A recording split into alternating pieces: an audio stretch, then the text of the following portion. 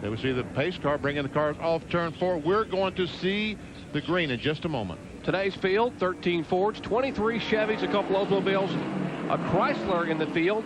That is Mark Gibson, 4 Pontiacs, 3 provisional starters. Great field, great crowd on hand. Glad to have you with us for live ARCA competition from Talladega Superspeedway.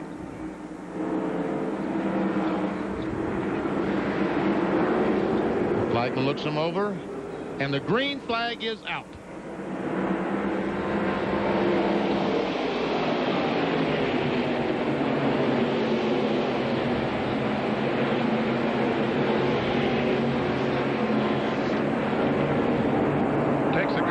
Get these cars really wound up with the restrictor plates.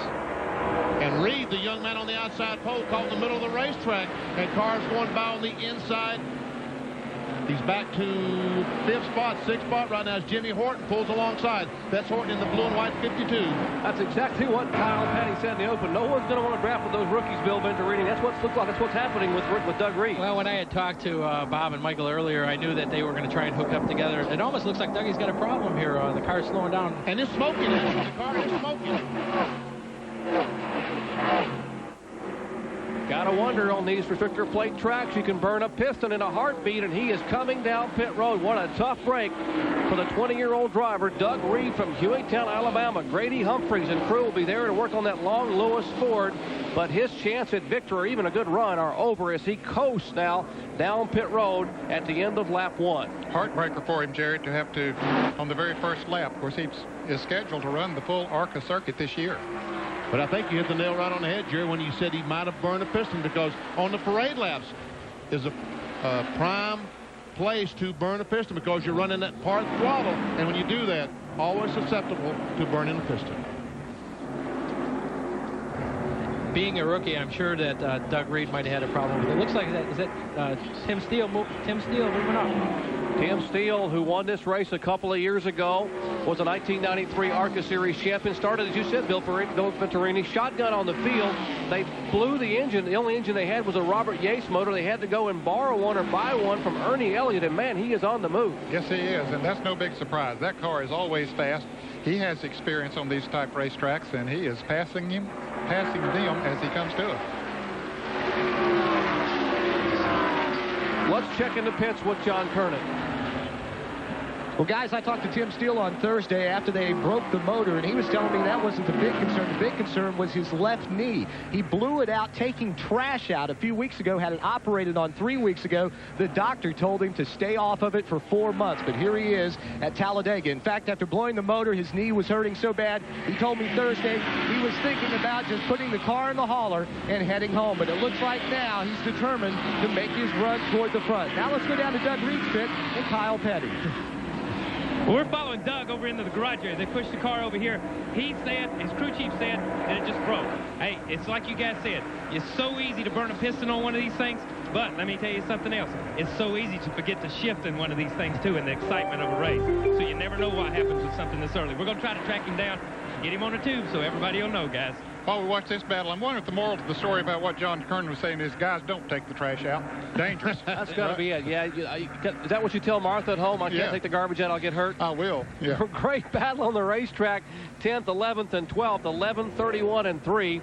That's Andy Hillenberg, who won the race in Daytona, the season opening ARCA 200. He is in the car number 11. And that's Mark Stahl in 32, right directly in front of Andy Hillenberg. Kenny Allen in car number 3. And we have a spin. Caution coming off of turn 4, right at the entrance of pit road. And it looks like it's Brad Smith. It is the 06 car of Brad Smith out of Oxford, Mississippi, the Neilco Pontiac. And that thing's on fire. And he is hit hard, Benny. Apparently he has torn loose a fuel line, or there has something burning in the engine compartment, and he has yet to climb out of the car. Now the safety crews and some of the race crews are there with Brad. That fellow there is with the jet that's dragging him out. He's with the Derek Colt main and tail team. We see the uniform. So Kenny. And Brad said, let me out of this thing. We can see he is okay as he walks away. Oh, they're making pit stops. The cars are coming by, so that's why the inspector was saying But get out of the way. It looks like we have someone else that wrecked in the corner. Another car has come to rest on the That's Tim Steele. And that is Steele's H&S Dive Ford. And you saw he was making a move to the front in a hurry, and his car heavily damaged as he gets the window net down and tries to climb out. That's what the fireman was telling the other guys. Look, we got a car spinning. Get out of here. Now they're going back to work and put the fire out. John Kernan, what's going on down there? Bob Shack just radioed in and told his crew that in turn 4 there is just a lot of oil. So apparently very slippery going up there in turn 4. And so Tim Steele got in the oil and around he went. There's a young man that evidently blew the engine or blew an oil line off. Let's see if we can see anything. We see him smoking back right at the top of the screen.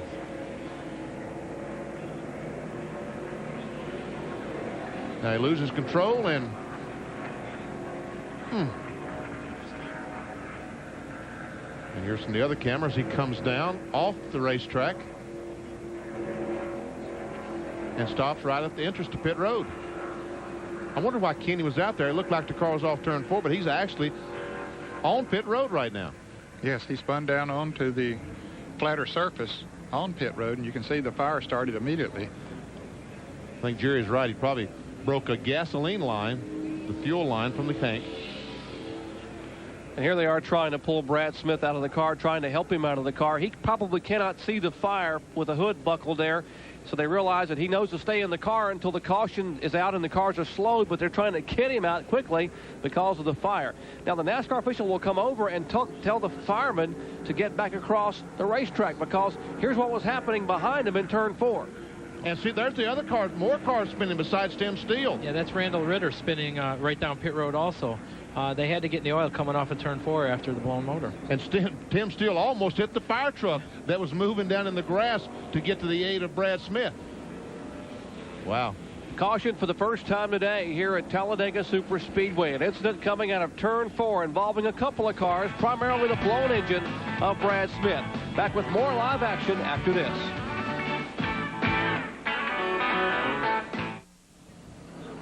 Back at Talladega Superspeedway, the ARCA Bondo Mar-Hyde Supercar Series Food World 500 under caution for the first time today due to an incident out of turn 4. Now, prior to this, we had a problem on the very first lap, the car that started on the outside front row. That driver, Doug Reed, is with Kyle Petty. I'm here with Doug Reed.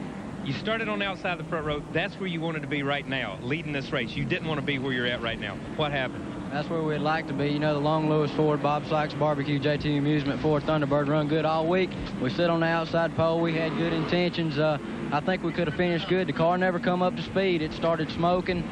I was just shuffling, trying to get everybody out of everybody's way. The motor broke. We don't know what happened to it yet, but sad to be out of the race. But we showed him we was here anyway. He definitely showed him he was here. He climbed out of the car, and I asked him, I said, how old are you, 12? He looks 12 years old to me. Benny, I'm getting old like you guys in the booth. Back to you guys. Now, that boy is not a rookie, because what did he do right, Bill? Oh, he definitely hit every sponsor that he had to in that interview. It's a good thing Paul Revere didn't have a sponsor on his ride. We'd all be speaking proper English right now, because he would have never told anybody what's going on. Let's look at what happened here again just a few moments ago. Here's our speed shot, our stationary shot as the car spins. Gets in the oil, comes up, and smacks the wall. It's Brad Smith. He spins by, continues on, goes down pit road. See the roof flaps come up on that to keep the car down. Now, there's oil on the racetrack. Now, while this is going on, there's oil now on the track from his blown engine. Here's what's happening behind him. There we see the 16 car and Randall Ritter for all of a sudden just turned left, spun out. The 16 car is Tim Steele. Now let's look again with the speed shot, this time with natural sound. Take a listen.